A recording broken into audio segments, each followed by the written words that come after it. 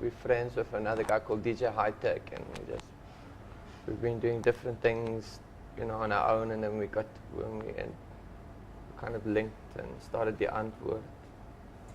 I don't know, it's just kind of organic. I can't remember exactly. It was a long, you just start messing around with stuff and it kind of works. What would you guys classify yourselves? Hip hop or ravers? Where do you get your main inspiration from? Probably rave. Yeah, yo-landi likes rave, and I've got like a rap background, so it is kind of a combination of rave and rap. We like the high energy of like rave music and like the hardcore, like kind of bang of like rap music. So it's a kind of pretty much a 50-50 combination of the both. Cool. How much of the success that you've had in the past year or two do you put down to the internet? Well, it's everything, like TV and radio and magazines and that sort of thing, and CDs are pretty much becoming like quite old school, like VHS or something. So we, the interweb's right there for everyone to use. But we didn't really like plan that. That was just a kind of a lucky thing, really. We just made our music. We have a live show, and we made some music videos and took some photographs. Simple Simon, and then we worked a long time to put it all together, and then a friend put together the Antwoord.com for us, and then we just in January last year we just put it all together into that that's all into that cyberspace, into that place. And we didn't even want to put our stuff on YouTube, but just our site kept crashing, and because we were streaming it off our own. I didn't know what a server and all that sort of stuff was, but I just found out about it, and so we just we started streaming all our videos through YouTube, so we wouldn't because we started owing people money for the amount of traffic that was coming off. In South Africa, you don't get unlimited bandwidth, so we had to pay this guy all our money we had because of the downloads we were getting, and then put it on an American Infinite server or something, and then everything just went fucking mental. Nice.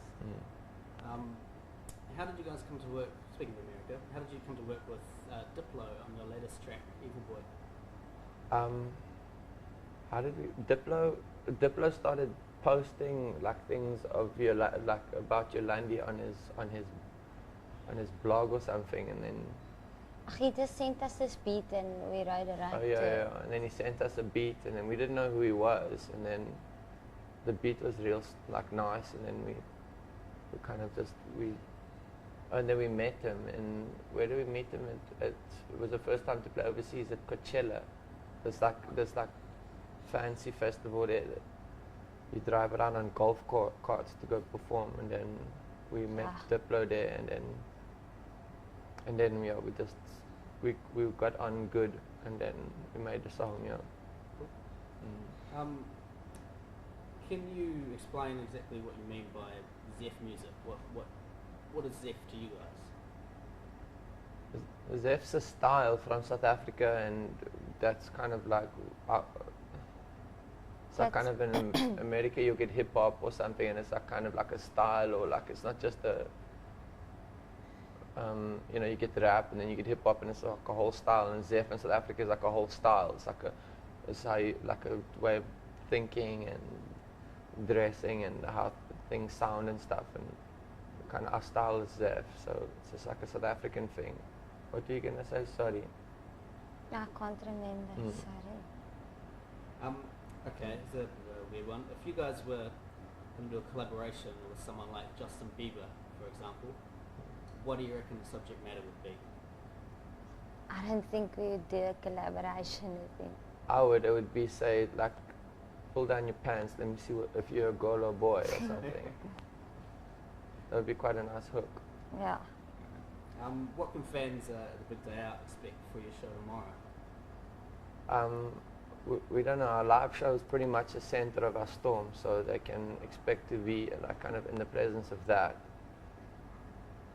They can come and fuck out and buck wild and fucking the kids get go the nuts. fuck down. Yeah, they go crazy at the live thing. It's real sweet. You guys are going to be playing in a tent with 20,000 people in it. So holy moly, it's quite a lot crazy, of people. crazy. Jesus. So did you bring DJ High-Tech with you, or what's... Yeah, we roll with him. Yeah. Yeah, strictly. But he just doesn't, he's a bit shy. He doesn't 'cause like interviews or... he's got like a speech impediment. Fair enough. Did you always want to be rappers growing up? Did you ever think you'd get paid to travel the world representing South African, Zef culture? I knew I wanted to be a rapper. I didn't know I was going to get paid for it until recently. And I always wanted to fly around the world, but I didn't know it was, that it was going to happen. It was going to take so fucking long to kick. But yo-landi, she got started early. She's the young blood in the force, in the team. On a slightly more serious note, a lot of your lyrics, you mentioned South Africa is not just about, it's about a lot of different cultures, a lot of different races.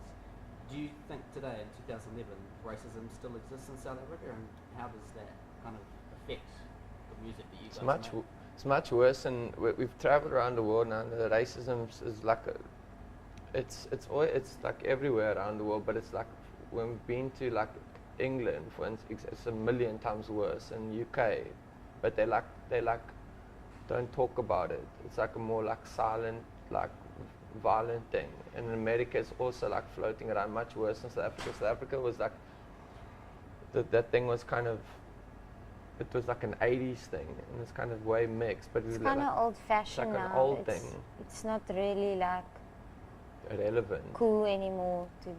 There's a bit of racism because it's run by like black people towards like whites a little bit, but that's like whatever. It doesn't matter. It's like, but it's also like the cultures are very merged. Like when I said I represent all those different cultures, is a thing of like that is, I think so everyone like got all pumped up about that and thought because South Africa is like synonymous with racism, or it used to be until, when you ask people, someone said a funny thing to me recently. When you ask someone like up to recent, if you think South Africa, the first word that comes to mind would be like apartheid or racism.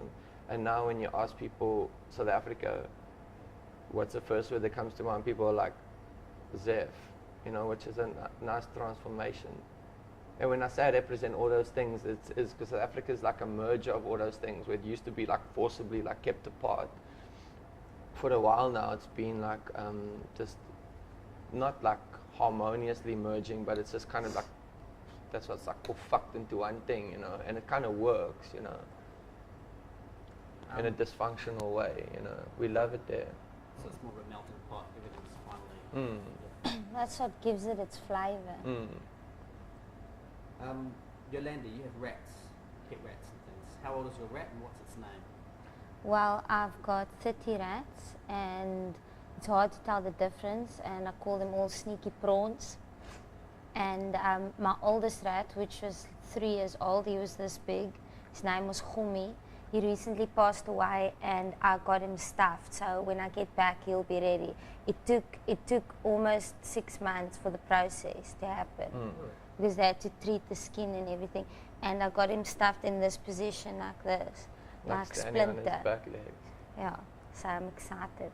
Like Master Splinter. They had to get eyes from Germany. Really? Yeah. I don't know if you guys probably been asked this many times before. Who gives you your haircuts? My friend Andrew, and I cut her hair. Nice. Her mom used to cut it, but then I thought of the side thing.